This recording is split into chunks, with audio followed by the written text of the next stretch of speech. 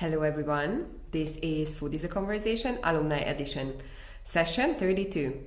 So these conversations are planned to introduce our alumni, the members of our ecosystem who attended any of the educational programs so far, let it be the Food Innovation Master Program, summer courses, or now the Food and Climate Shaper boot camps, what we organized together.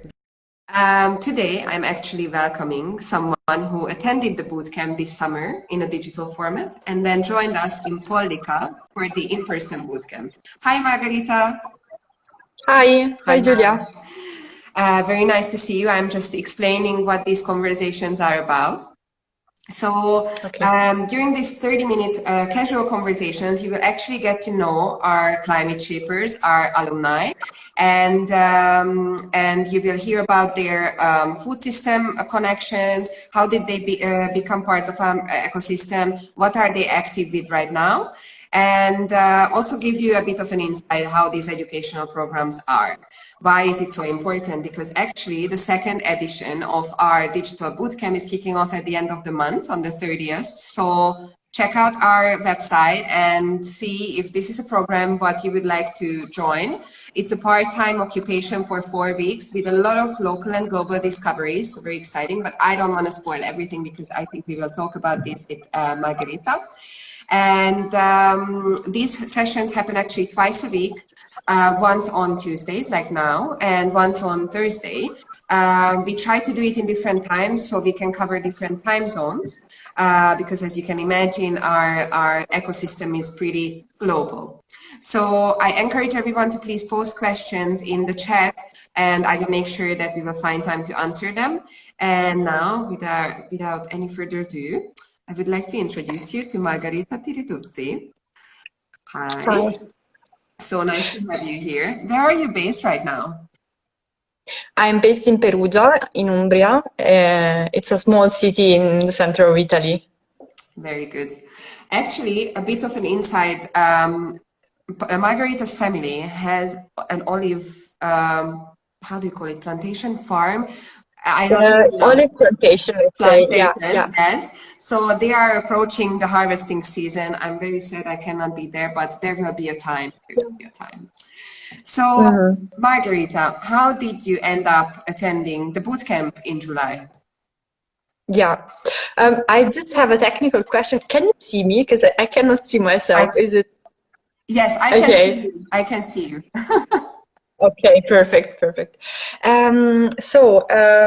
It was like kind of really unexpected for me coming to the bootcamp in July, because it was a period in which it was during the lockdown that I started like getting to know the Future Food Institute and how the whole environment. And I was on LinkedIn and I talked to Sara because I was seeing like that you were working in the Mediterranean area and that I have olive oils plantation and that I've been studying with my food studies like the food system, and like I really needed in that period of my life a new insight, a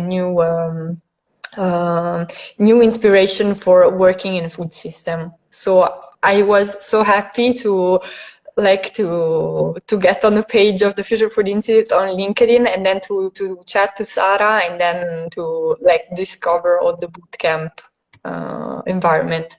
It was really, really a nice experience. Yeah, it's a very nice journey from being on LinkedIn and following a digital bootcamp and then actually meeting us in person in September. Yeah, so that was a really great coming out of lockdown activity, I feel. So you mentioned that you actually studied about food systems before. So do you want to tell us a bit more about your master's and the Food Scapes research, what you did in Montpellier? Yeah.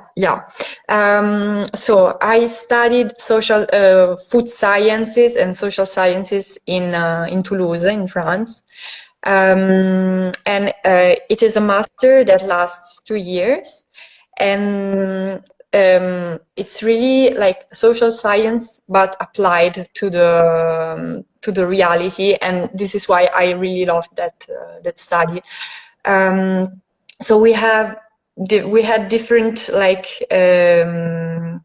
how to say in English, materie, subjects, for example, from marketing studies to social sciences, economics, and everything that we did was applied in like field studies. For example, the first year I remember we had a very interesting study about spirulina. You know, it's a powder or an algae that you eat for when you do a lot of sports or when you are. It has a very high protein content.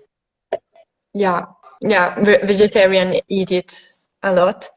And so that was my first field study, and I really loved to go and talk to, in that case, it was, for example, to see if restaurant owners could use spirulina in their recipes.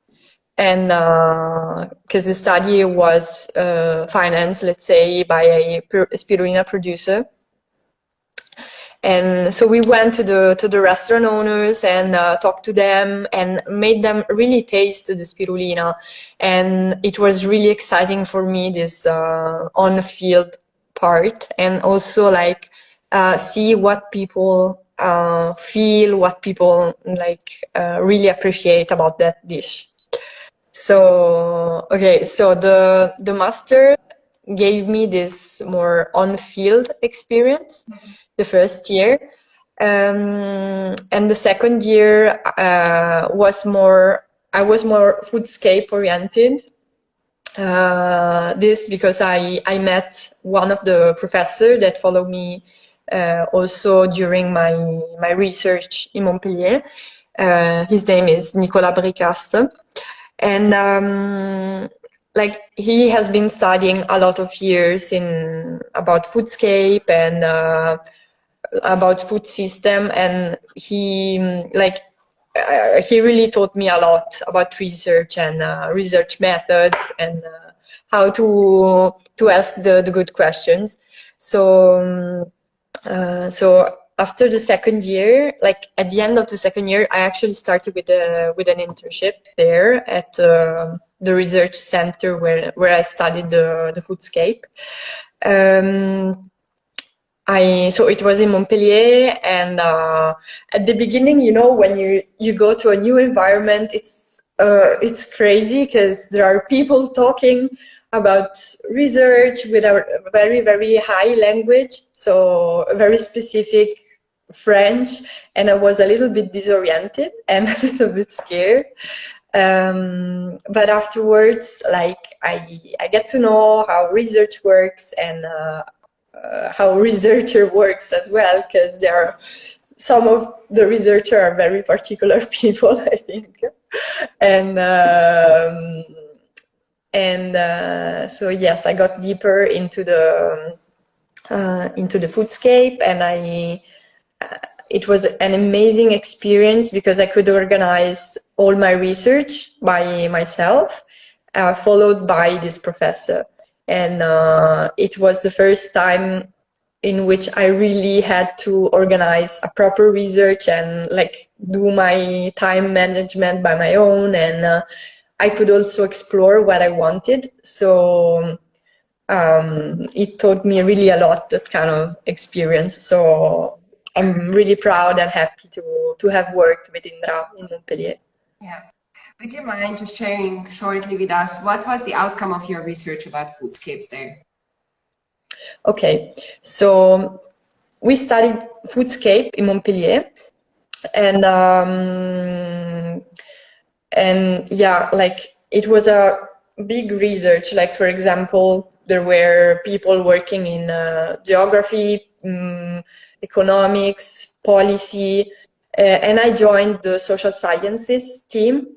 So I was more working on the, let's say, social sciences point of view, but more on the qualitative data. Mm-hmm. This means means that I went, for example, in some neighborhoods of the city, and I chose to do my work in two different neighborhoods. One was really, really popular, and there were many families with low income living there.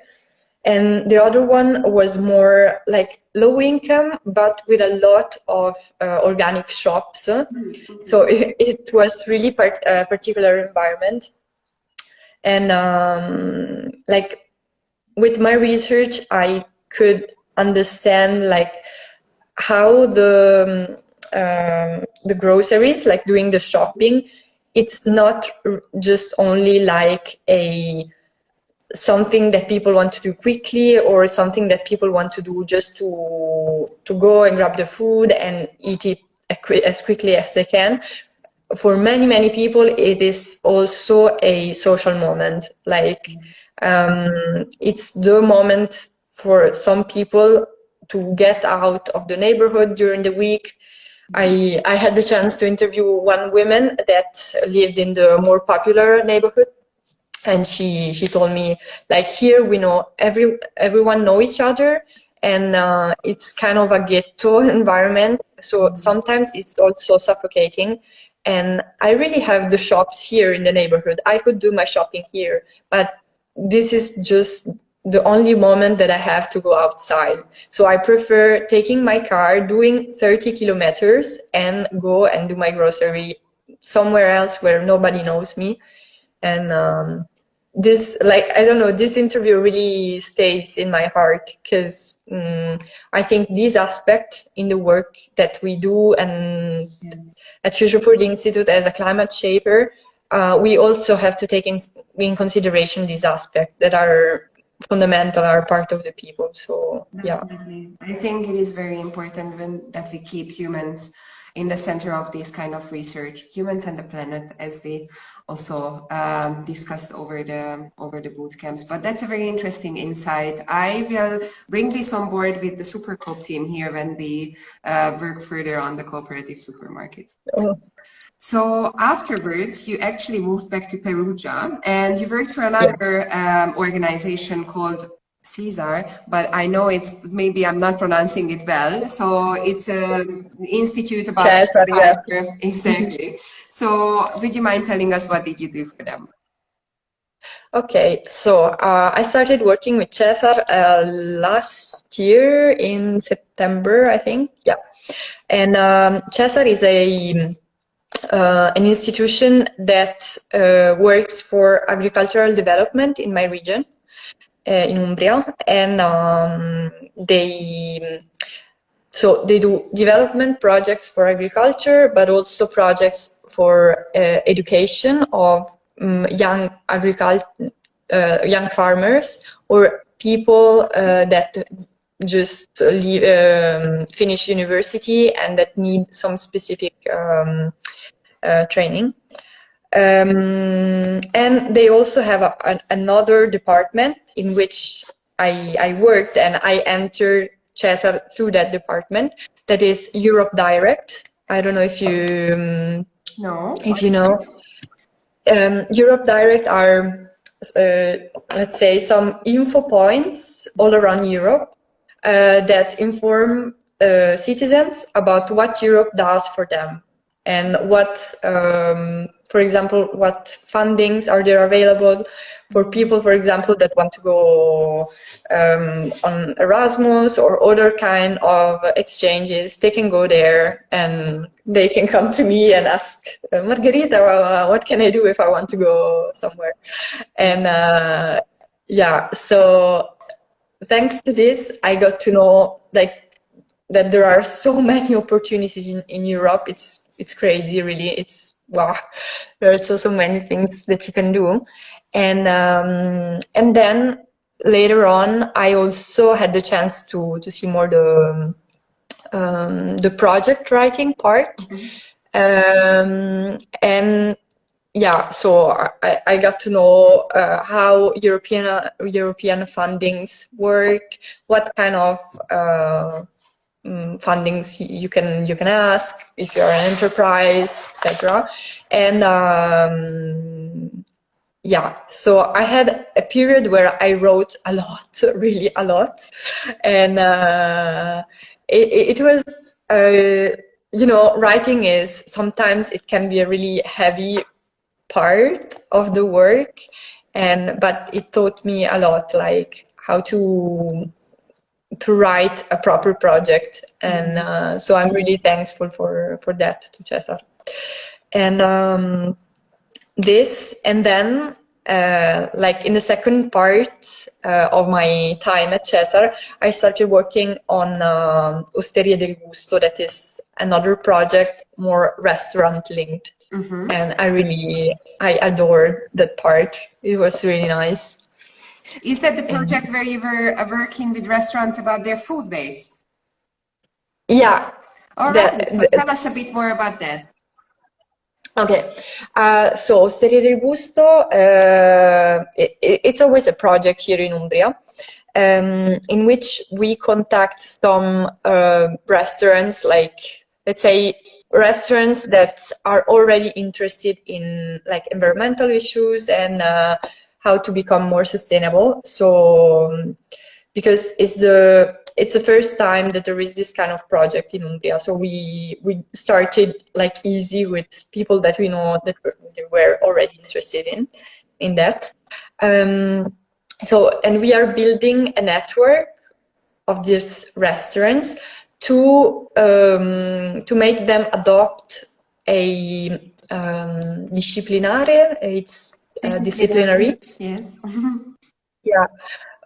For adopting more sustainable practices, and but it's also oriented on like preserving or enhancing local traditions or local foods.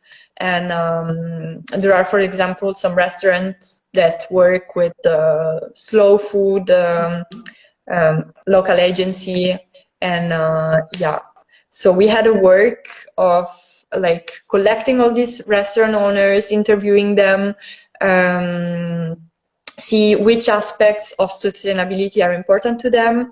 And so we built up the disciplinary, we tested with them, and so we had all the feedbacks. And there was another part that I really loved, like we were working with arts students that were drawing the logo for the disciplinary and the logo for that restaurant owners are attaching on the restaurant. And I really loved that part. It was nice.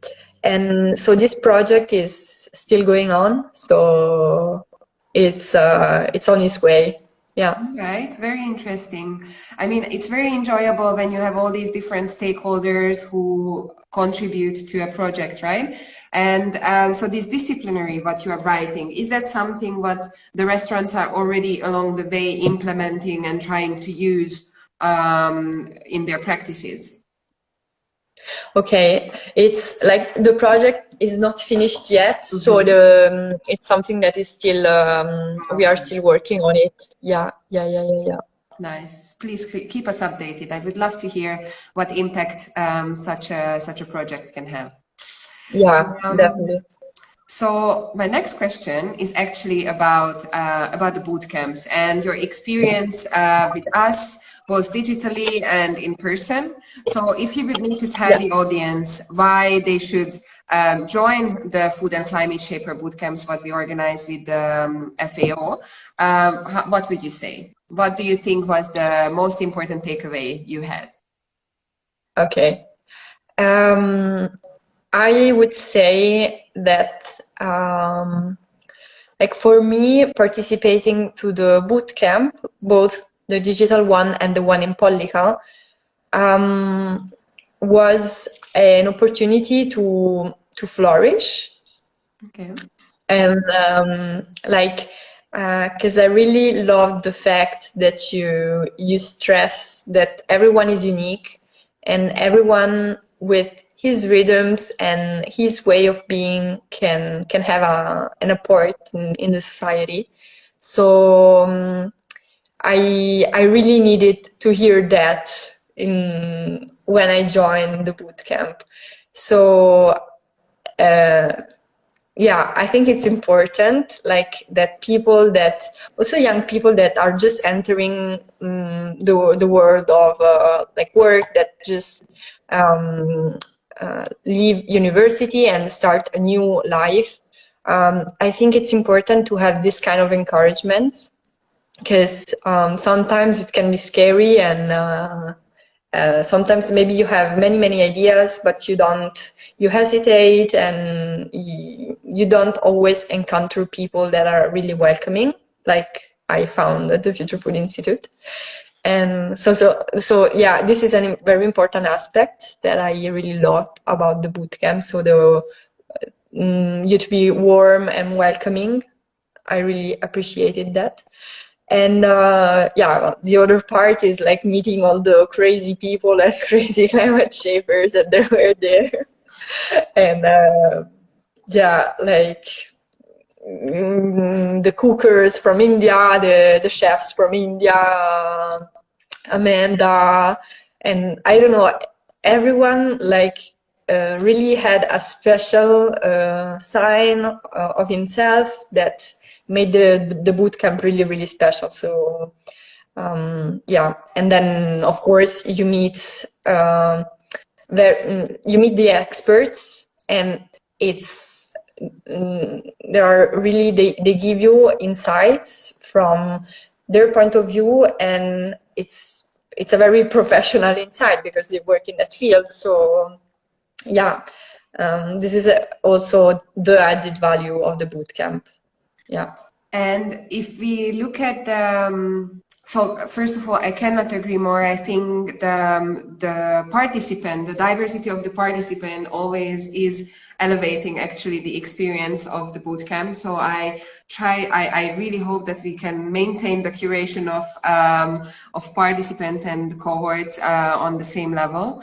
The other question is, so the tools, what you have learned about the way of thinking, what we teach about human and planet-centered design and prosperity thinking, were those new tools for you? Were those something what you feel you will be able to implement in your daily work, or how you approach actually even your daily life? Okay, this is a hard question. Like it's okay. Like I really love the tools, because I think they are really inspirational, and we are going in the direction of the ecosystemic thinking and design thinking. But yeah, the day-to-day application is like it's a difficult part. Yeah. And also like I don't know, I have the feeling that after COVID and something is happening now, and that it's kind of a crucial moment where I don't know, mindsets are changing, day to day, like habits are changing. Like I'm working from home. I've never thought like that I will start a new job working from home, like 1 year ago or 2 years ago.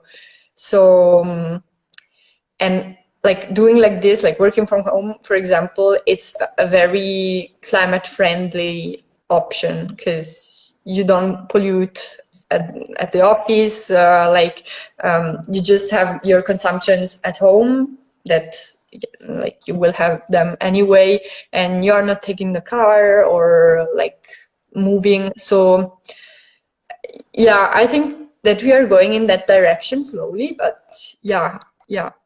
Okay. I had one more thing. Oh yes. So we had one of the exercises or assignments what we gave to the participants during the digital bootcamp, which were the local discoveries. When you had to go out, you had to map your own local community and find someone who is already a climate shaper, a food shaper, with the actual goal that we help the participants to engage and be active members of their immediate environment. So did this actually help you to connect with more people? Is that something, did it start a certain way of maybe working together on these goals and changes with your surrounding?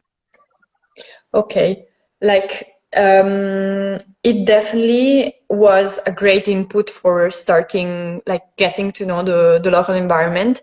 And for example, I interviewed Isabella Dalla Ragione from Città di Castello, that's a city here nearby. And she cultivates all varieties of fruits. And I was so happy to talk with her, but also she didn't expect that there was someone in Umbria taking part to this kind of boot camps. So she was really surprised and happy, and we started sharing information about, I told her about, I'm from here, I'm from this region, but I've been studying a lot in France, and then I came back here. And she told me, but yeah, I am part of an association that does research, and we sometimes look for anthropologists. So this this was an unexpected link that I really had here nearby, and I couldn't explore this if I hadn't had the Instagram live with you. So Amazing. yeah. I'm very happy to hear this. Yeah. So now I have to be also careful with our timing, and we reached our final question, and that's a question what we always ask from all of the alumni on this session. If you would need to describe your preferred food future, or the future, but it can be also super thinking out of the box, very utopistic, but what would you like to see in our food system? Okay. I would like even more in this period to see people going out in the streets and talk to each other and share things, because I really think that everyone is working so much on himself or herself, trying to improve and always trying to get somewhere. But sometimes it's too much. I see it also on myself that I want to do, I don't know, 1,000 and 1,000 of activities to always challenge myself, but I sometimes lose the beauty of just sitting and having a chat and not thinking about the next master or the next course that I will take. So and I think food can help us in this, and because food, plant, they grow with a reasonable rhythm, as we should do, because sometimes doing too much, it can also hurt ourselves. So we can learn this from food. It slowly grows and feed us very well, and he knows what he's doing. So yeah. I really like this metaphor or analogy, how to look at food being grown and ourselves.